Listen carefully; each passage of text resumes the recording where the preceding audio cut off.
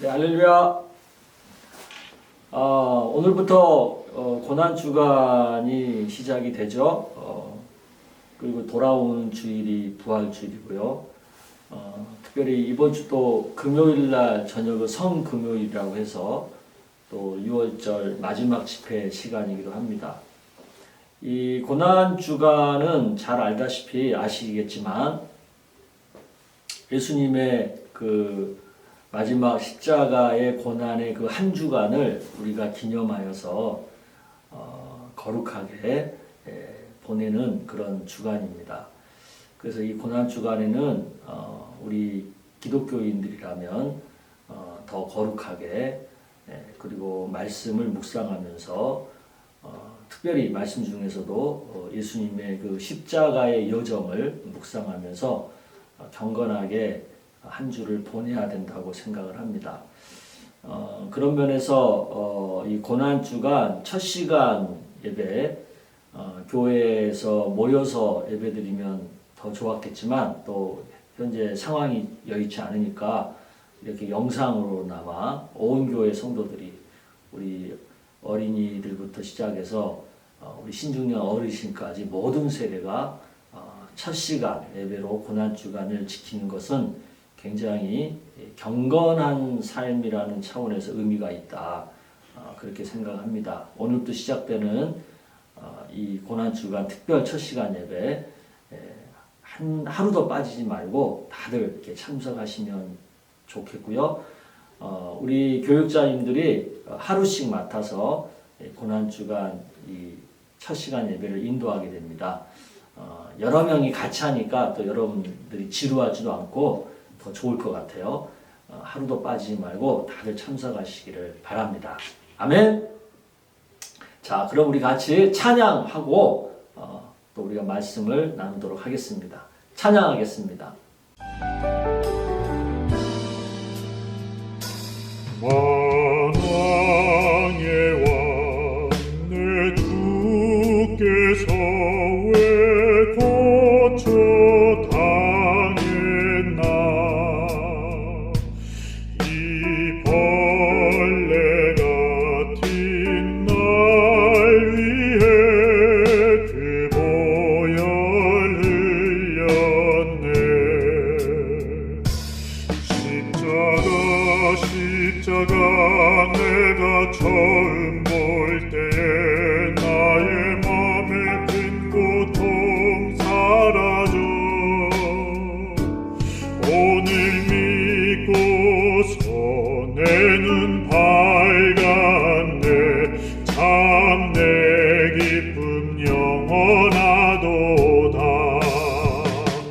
주 십자가 못 박히면 속죄함 아닌가 그 긍휼함과 큰 은혜 말할 수 없도다 십자가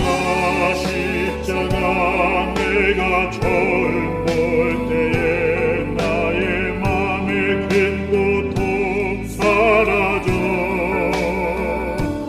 오늘 믿고서 내 눈 밝았네 참 내 기쁨 영원하도다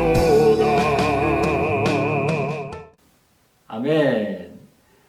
고난주간 찬양은 이번에는 좀 찬송가를 중심으로 저희들이 선곡을 하려고 합니다. 그래서 찬송가에 굉장히 그 십자가에 대한 찬양이 많거든요. 이번 기회에 찬송가에 나오는 십자가 찬양을 또 배워보고 불러보는 그런 시간이 되셨으면 좋겠습니다. 그리고 말씀 봉독, 성경 봉독은 우리가 그 드라마 바이블로 해서 더 이렇게 실감나게 우리가 그 십자가의 그 여정을 느껴보려고 합니다. 여러분들이 말씀 봉독할 때는 또 그 말씀 드라마 성경에 그 현장감 있는 그 느낌에서 말씀을 같이 봉독하면 좋을 것 같습니다. 오늘 우리가 나눌 말씀은 요한복음 18장 1절에서 11절까지의 말씀인데 우리 같이 말씀 봉독하도록 하겠습니다. 제18장. 예수께서 이 말씀을 하시고 제자들과 함께 기드론 시내 건너편으로 나가시니 그곳에 동산이 있는데 제자들과 함께 들어가시니라. 그곳은 가끔 예수께서 제자들과 모이시는 곳이므로 예수를 파는 유다도 그곳을 알더라. 유다가 군대와 대제사장들과 바리새인들에게서 얻은 아랫사람들을 데리고 등과 횃불과 무기를 가지고 그리로 오는지라. 예수께서 그 당할 일을 다 아시고 나아가 이르시되 너희가 누구를 찾느냐? 나사렛 예수라. 내가 그니라. 그를 파는 유다도 그들과 함께 섰더라. 예수께서 그들에게 내가 그니라 하실 때에 그들이 물러가서 땅에 엎드러지는지라. 이에 다시 누구를 찾느냐? 나사렛 예수라. 너희에게 내가 그니라 하였으니 나를 찾거든 이 사람들이 가는 것은 용납하라. 하시니 이는 아버지께서 내게 주신 자 중에서 하나도 잃지 아니하였사옵나이다. 하신 말씀을 응하게 하려 함이로라. 이에 시몬 베드로가 칼을 가졌는데 그것을 빼어 대제사장의 종을 쳐서 오른편 귀를 베어버리니 그 종의 이름은 말고라. 칼을 칼집에 꽂으라. 아버지께서 주신 잔을 내가 마시지 아니하겠느냐? 아멘. 드라마 성경으로 이렇게 말씀을 봉독하니까 훨씬 실감이 나죠? 네. 이번 첫 시간 예배 시간 동안은 그렇게 말씀을 봉독하려고 합니다. 자, 오늘 우리가 함께 봉독한 말씀은요, 예수님이 그 이제 십자가에 못 박히기 전에 그 유대 종교 지도자들에게 붙잡히시는 그 장면이죠. 이 장면에서 우리는 예수님의 제자들의 행동을 한번 주목해 볼 필요가 있습니다. 가룟 유다는 예수님을 배반하고 돈을 받고 예수님을 팔죠. 그래서 유대 종교 지도자들에게 예수님이 있는 곳, 계신 곳까지 안내하고 또 그 예수님이 어떤 사람인지 이렇게 지목하고 사인을 주고 하는 그런 일들을 해요. 한마디로 가룟 유다는 예수님을 배반하는 행동을 하죠. 반대로 베드로는 어떻습니까? 예수님을 붙잡아 가려고 하는 그 사람들에게 맞서서 예수님을 보호하고 지키기 위해서 칼을 휘두르죠. 저항하는 거예요. 그래서 대제사장의 종의 한 종의 귀를 그냥 칼로 쳐가지고 그 귀가 떨어져 버리잖아요.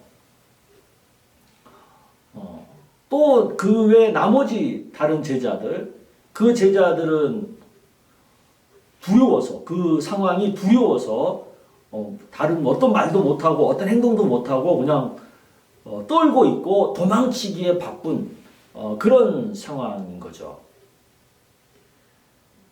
여러분 같으면 예수님이 이렇게 붙잡히시는 상황 속에서 어떤 행동을 하실 것 같아요?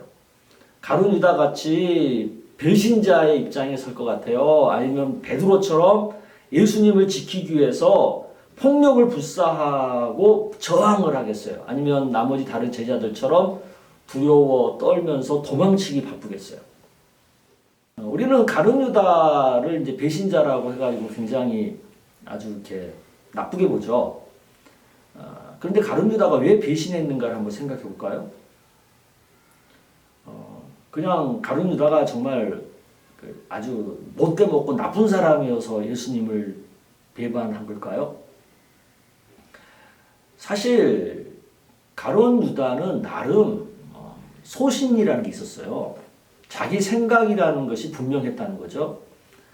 가룟 유다는 메시아가 그리스도가 이스라엘을 정치적으로 해방시키고 회복시킬 것을 기대했어요. 왜? 이스라엘은 하나님이 택한 나라니까, 하나님의 택한 민족이니까 먼저 이 하나님의 택한 백성들을 해방시키고 로마의 식민지로부터 해방시켜서 이렇게 회복시키는 것이 우선 아니냐, 그 생각을 한 거예요.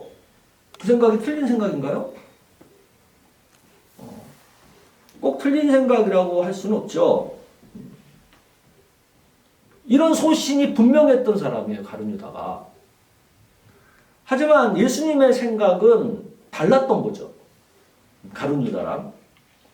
예수님의 생각은 이스라엘의 정치적인 회복보다는 전 인류의 죄를 용서하고 그들을 구원한 더 큰, 더 포용적인, 더 포괄적인 하나님의 나라를 세우는 것에 더 우선적인 관심이 있으셨죠. 그리고 그러기 때문에 자신은 죽어야 된다라고 이제 여러 번 제자들에게 말씀을 하셨던 거고. 그런데 가룟 유다는 예수님의 그런 말씀을 들으면서 도저히 예수님의 생각을 수용할 수 없었던 거죠. 그 예수님의 생각에 동의할 수 없었던 거죠. 자신의 소신과 자신의 생각이 예수님의 뜻보다 더 중요하고 그것을 더 우선시했기 때문이죠. 결국 그래서 가룟 유다는 예수님께 실망을 하고 예수님을 배신하게 된 거예요.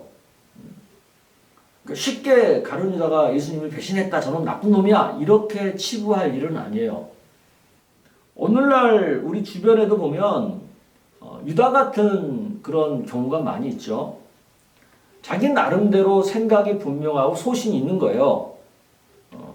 그 소신을 너무 중요하게 붙들다 보니까 하나님의 뜻보다 자기 소신이 앞서는 경우, 또 어떤 개인이나 공동체적인 유익보다는 자기 개인의 어떤 가치관을 우선하게 되는 그런 상황에 빠지는 거죠.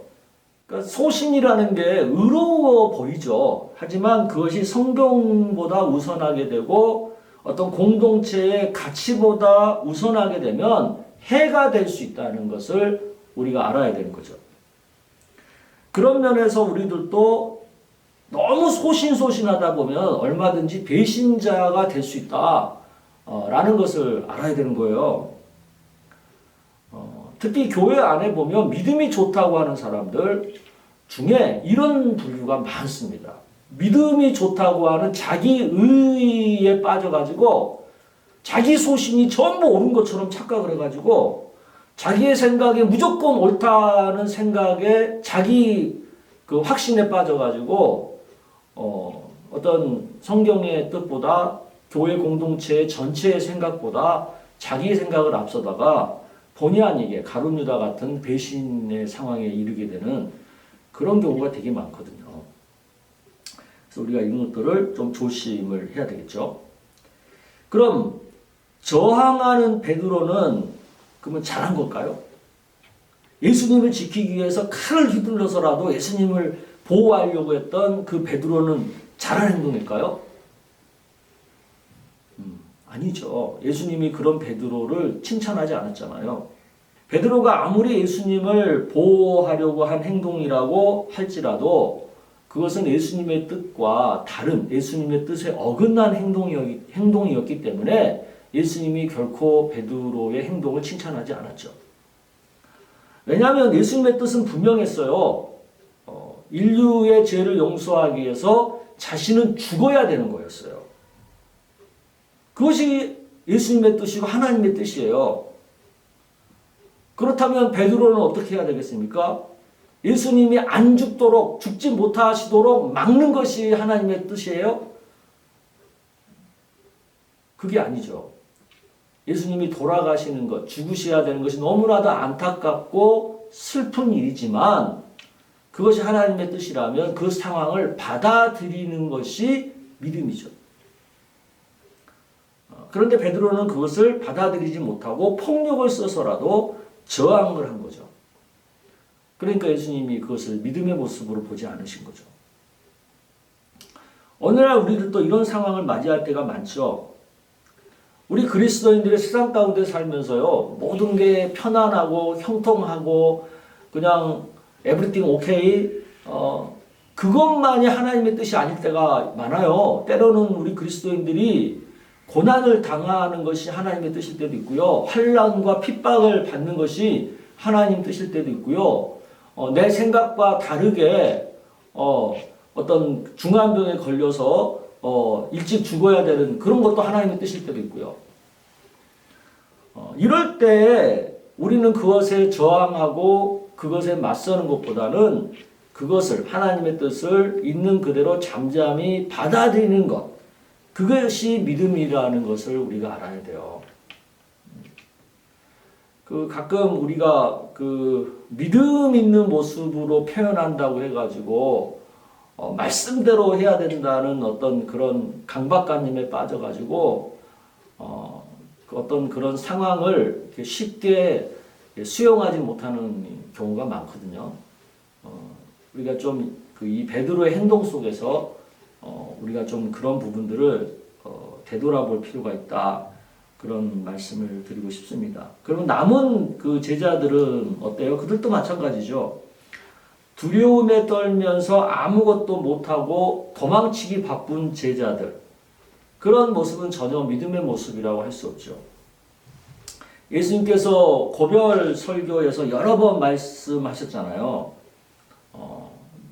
예수님이 죽는 것이 하나님의 뜻이라고, 예수님이 이 세상을 떠나서 하나님께 돌아가는 것이 하나님 뜻이라고 여러 번 말씀하셨잖아요. 그렇다면 그 말씀을 기억하고 그 상황을 기도하면서 그 하나님의 뜻이 어떻게 이루어지는지 그 과정을 흔들리는 믿음이 아니라 견고한 믿음을 가지고 잠잠히 지켜보는 것, 그것이 믿음이죠. 이 상에서처럼 예수님의 12 제자들은 예수님이 잡히시는 그 순간에는요, 모두가 다 믿음에 실패한 사람들이었어요. 예수님께서 3년 동안 그렇게 열심히 제자 훈련을 시켰고, 또 이제 십자가를 앞두고 마지막에는 집중적으로 고별 설교와 고별 기도를 통해서 그렇게 하나님의 뜻을 분명히 여러 번 밝히셨음에도 불구하고 예수님의 12 제자들은 한 명도 예외 없이 모두가 다 믿음의 모습을 보여주지 못했죠. 어떻게 보면은 굉장히 실망스러운 모습이죠. 예수님 입장에 생각해보면 내가 그동안 3년 동안 헛고생했구나. 그런 생각이 들 정도로 예수님의 제자들이 너무나도 실망스러운 모습을 보여주고 있죠. 그런데 그럼에도 불구하고 가룟 유다를 제외하고 나머지 11명의 제자들은 예수님의 부활 후에 다시 믿음이 회복됐다는 것에 우리는 주목해야 돼요. 예수님 승천하신 후에 이 제자들은 성령 충만을 받고 믿음이 충만해졌다는 것을 우리가 알아야 돼요. 하지만 가룟 유다 한 사람만 제외됐다는 것 또한 우리가 기억해야 돼요. 왜 가룟 유다만 이 다시 회복되는 이 과정에 참여하지 못했어요? 왜냐하면 가룟 유다는 끝까지 회개하지 않았기 때문에 그래요. 자신의 잘못을 끝까지 회개하지 않았어요.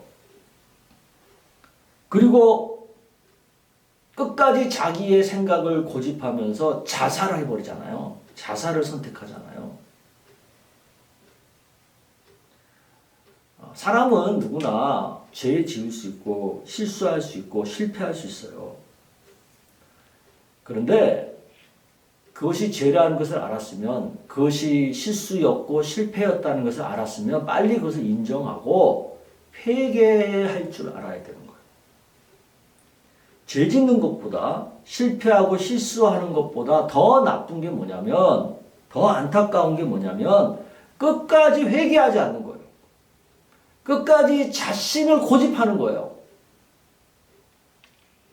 끝까지 회개하지 않으면 결코 회복될 수가 없고요. 결코 구원의 자리에 들어갈 수가 없어요. 예수님께서 십자가에 못 박혀 죽으신 이유가 뭡니까? 우리 죄를 모두 씻어주시기 위해서 그런 거잖아요. 아무리 큰 죄를 졌다 할지라도, 아무리 많은 죄를 졌다 할지라도 그 죄 다 씻어주고 용서해 주려고 예수님께서 십자가에 못 박혀 돌아가신 거잖아요. 우리가 그 예수님을 믿는다면, 그 예수님을 사랑한다면 빨리 회개해야죠. 빨리 나의 잘못을 인정하고 긍휼을 구해야죠. 그것이 믿음이죠. 이번 고난주간 동안 특별히 또 오늘 첫날인데 나의 부족함에 너무 고집할 필요가 없어요.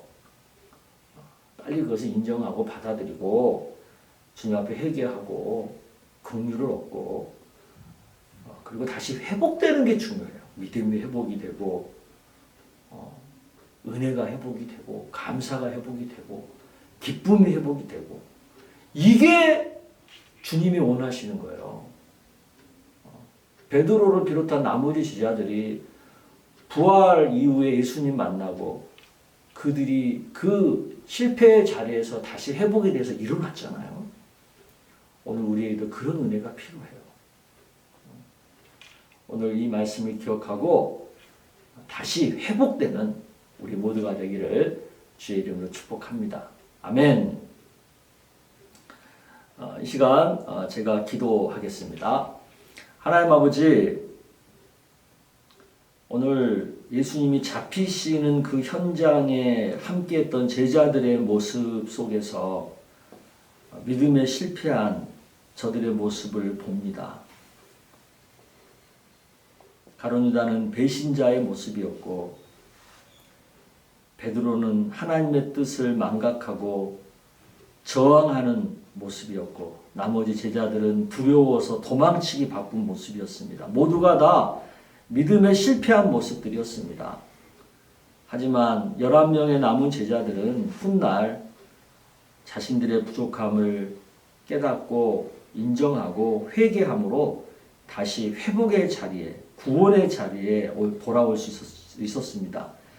하지만 가룟 유다는 끝까지 자신의 생각을 고집함으로 인하여 영영 회복하지 못했습니다. 오늘 우리가 이 모습을 보면서 늘 죄지을 수밖에 없고 늘 실망할 수밖에 없고 늘 실수할 수밖에 없는 우리들 모습을 솔직하게 인정하고 회개하고 다시 회복되는 자리에 이르르는 우리가 되기를 원합니다.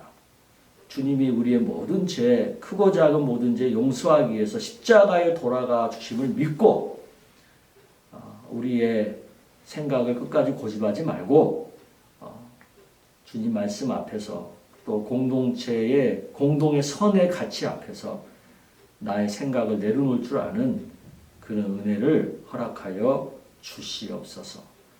이번 한 주간의 고난주간 동안 십자가의 여정을 묵상하면서 십자가의 은혜로 충만케 해주실 예수님을 소망하며 예수님의 이름으로 간절히 기도드리옵나이다. 아멘. 네, 이 시간에는 우리 같이 말씀 생각하면서 기도하고요. 또 월요일 날은 우리 자신들을 위한 기도 제목을 가지고 기도하는 요일이잖아요.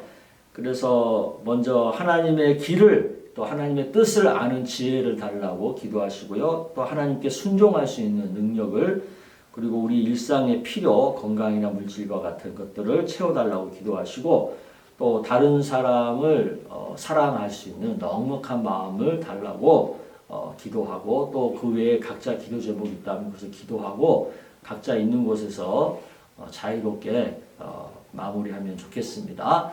우리 다 같이 주여 한번 해주시고 합심해서 기도합시다. 주여!